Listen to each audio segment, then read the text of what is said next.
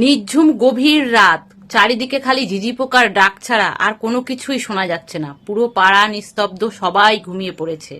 এরকম অবস্থায় ফটকে নামের এক চোর নারিকেল গাছের তলায় গেল নারিকেল চুরি করতে। 20 বছর ধরে সে এই চুরির পেশার সাথে যুক্ত। এই চুরি করেই সে সংসার চালায়। ফটকে চারিদিকটা ভালো করে দেখে নিল যে কেউ কোথাও আছে কিনা। দেখে সে আস্তে আস্তে ধীরে ধীরে নারকেল গাছে উঠতে থাকে এবং তত্তর করে একসময় নারকেল গাছের মাথায় উঠে পড়ে। ফটকে একদম নারকেল গাছের মাথায় উঠে পড়লো। উঠে পড়ে কোমরের পেছন থেকে দা বার করলো। দা বার করে এক কাঁদি নারকেল সে কাটলো। কেটে সেটা এসে আবার নিচে রেখে গেল। রেখে সে আবার তত্তর করে উপরে উঠে গেল আর এক কাঁদি নারকেল পাড়ার জন্য। আবার সে দা বের করে যেই আর এক কাঁদি নারকেল সে কাটতে যাবে সেই সময় ঘটলো অঘটন। তার পাটা পিছলে গিয়ে পড়ে যাচ্ছিল। কোনো রকমের দুর্ঘটনা ঠেকাবার জন্য সে নারকেল ধরে ঝুলে পড়ল। এবার সে তো উপরে উঠতে পারছে না, আবার নিচেও পড়তে পারছে না, যেহেতু অনেকটা নিচে। সে সেই নারকেল ধরেই ঝুলে থাকলো কিছুক্ষণ।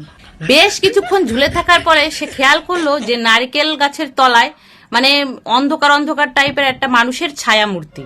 ফটকে তখন গাছের মাথায় চুপ করে বসে আছে যে এ আবার কে রে বাবা, যদি বুঝতে পারে আমি চুরি করতে এসছি আমাকে তো ধরে ঠ্যাঙাবে। সে কোনো সারা শব্দ দিতে থাকলো না, কিন্তু বেশ কিছুক্ষণ খেয়াল করার পরে সে বুঝতে পারলো এ তো একটা কালু চোর। কালুও ফটকের মতন চুরি করে সংসার চালায়। সেও বেরিয়েছে চুরির ধান্দায়, আর ওই নারকেল গাছেই এসছে নারকেল চুরি করার জন্য। ফটকে তখন ভাবলো যাক, এই অসময়ে অন্তত একজন মানুষ আমি পেয়েছি যে আমাকে উদ্ধার করতে পারে এই বিপদ থেকে, নাহলে তো সারা রাত ধরেই আমি এইভাবে ঝুলে থাকতাম। ফটকে তখন কালুকে ডাকো, এ কালু কালু। কালু ভাবে হয়তো কোনো ভূতে আমাকে ডাকছে, নাহলে এত রাত্রে কে ডাকবে। কালু তো পরিমরি করে ছুটতে যাবে। সেই সময় তার আবার কি মনে হলো, সে একটু দাঁড়ালো, বলে গলাটা কেমন চেনা চেনা লাগছে। তখনই আবার ফটকে ডাক দিল, এ কালু। কালু তো তখন ভয়ে ভয়ে ডাক শোনে, কে? ফটকে দাদা নাকি? ফটকে বলে হ্যাঁ রে, উপরের দিকে তাকা, আমি যে ঝুলে আছি। কালু তখন উপরে নারকেল গাছের দিকে তাকায়, দেখে সত্যি সত্যি তো ঝুলে আছে।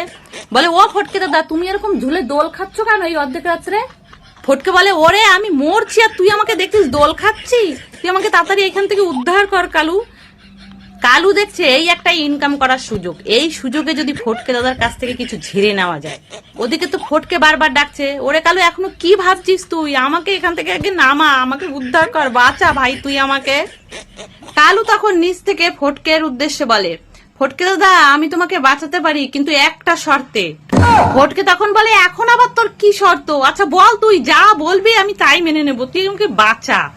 কালু তখন বলে যে আমি তোমাকে বাঁচাতে পারি যদি 500 টাকা দাও।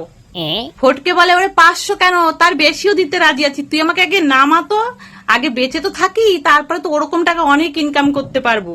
এটা শুনে কালু আর দেরি করলো না, সেও তখন তত্তর করে যে নারকেল গাছে ফটকে ঝুলছিল সেই নারকেল গাছের মাথায় উঠে গেল। উঠে গিয়ে ফটকের পা ধরে যেই টান দিয়ে গাছের দিকে আনতে যাবে সেই কালুর পাও ফসকে গেল। সেও তখন পড়ে যাওয়ার ভয়ে ফটকের পা জড়িয়ে ধরে ঝুলতে থাকলো। ফটকে তখন চেঁচিয়ে উঠলো, ওরে ওরে কালু করো কি, তুইও দেখি আমার পা ধরে ঝুলিস, আমাকে বাঁচাতে এসে দেখি তুইও ঝোলা শুরু করলি আমার সাথে। কালু তখন বলে আরে ফটকে দাদা আমি কি করব, আমি তো তোমাকে বাঁচাতেই গেছিলাম, আমার পাও যে ফসকে গেছে, ফসকে গিয়ে তো আমি তোমার পা ধরে এখন ঝুলছি। এবার আর কি, ফটকে ঝুলছে নারকেলের কাঁদি ধরে আর ফটকের পা ধরে ঝুলছে কালু। এইভাবে দুজনে বেশ কিছুক্ষণ ঝুলতে থাকলো। এক গাদা নামের চোর, সেও সবে নতুন নতুন চুরি করা ধরেছে, মানে তার সবে হাতে খড়ি হয়েছে। সেও ওই নারিকেল তলায় এসছে নারিকেল গাছে নারিকেল চুরি করতে। গেদা দিনের বেলা দেখে গেছে এই গাছে অনেক নারিকেল আছে, তাই সে রাত্রে চুরি করতে এসছে। সে এসে ওই উপরের দিকে তাকায়, যে নারিকেল গাছে উঠবে তার আগে একবার উপরের দিকে তাকায়, দেখে কি যেন দুটো দোল খাচ্ছে। গেদা তখন বলে কে রে? উপর থেকে কালু আর ফটকে বলে, কে ভাই তুমি, আমাদের একটু বাঁচাও না। গেদা তখন বলে কে কে ঝুলে আছো তোমরা? তখন দুজনেই বললো যে আমি ফটকে আর কালু। গেদা তখন নাম শুনে চিনতে পারলো যে এরা তো আমারই ভাইরা ভাই, এরাও তো দুজনে চোর, নিশ্চয়ই এই গাছে চুরি করতে এসেছিল। গেদা তখন জিজ্ঞাসা করলো যে তোমরা দুজন উপরে কি করছো, ওরকম দোল খাচ্ছ কেন? কালু উত্তর দিল, বলে আরে আমরা দোল খাচ্ছি না, এই ফটকে দাদা ঝুলেছিল, ফটকে দাদাকে বাঁচাতে এসে আমিও ঝুলে পড়েছি, তুই ভাই আমাদের উদ্ধার কর। গেদা তখন কালুর মতন ভাবনা চিন্তা শুরু করে দিয়েছে, যাক এদের থেকে কিছু ঝেড়ে নেওয়া যাবে। আজকে চুরিও হবে, আবার কিছু উপরি পাওনাও হবে আমার। সে তো মনে মনে খুব আনন্দ করছে। আর উপর থেকে ফটকে আর কালু চেঁচাচ্ছে, ওরে বাঁচা ভাই আমাদের, তুই বাঁচা। গেদা তখন বলে, আমি তোমাদের বাঁচাতে পারি, কিন্তু একটা শর্তে। এবার কালু আর ফটকে দুজনেই তখন বলে যে, কি শর্ত, কি শর্তে তুই বাঁচাবি?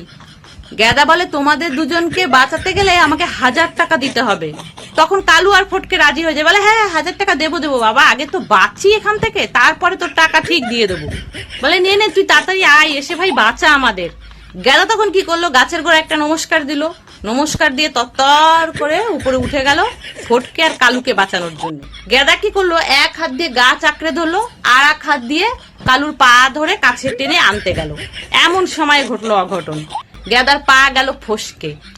গেদা তখন বাঁচার জন্য, মানে নিজে যাতে পড়ে না যায়, তাই কালুর পা ধরে সেও ঝুলে পড়লো। মানে তখন পরিস্থিতি এমন দাঁড়ালো যে নারিকেলের কাঁদি ধরে ঝুলছে ফটকে, ফটকের পা ধরে ঝুলছে কালু, কালুর পা ধরে ঝুলছে গেদা। এরকম অবস্থায় ফটকের মাথায় একটা বুদ্ধি আসলো। সে ভাবলো এই সুযোগে কিছু বাড়তি ইনকাম করে নেওয়া যাক। ফটকে তখন কালু আর গেদাকে উদ্দেশ্য করে বলল, হ্যাঁ রে, তোরা আমার কাছে যেন কত টাকা পাবি? এবার কালু বলল, ফটকে দাদা আমি পাবো 500 টাকা। আর গেদা বলল, ফটকে দাদা আমি পাবো 1000 টাকা।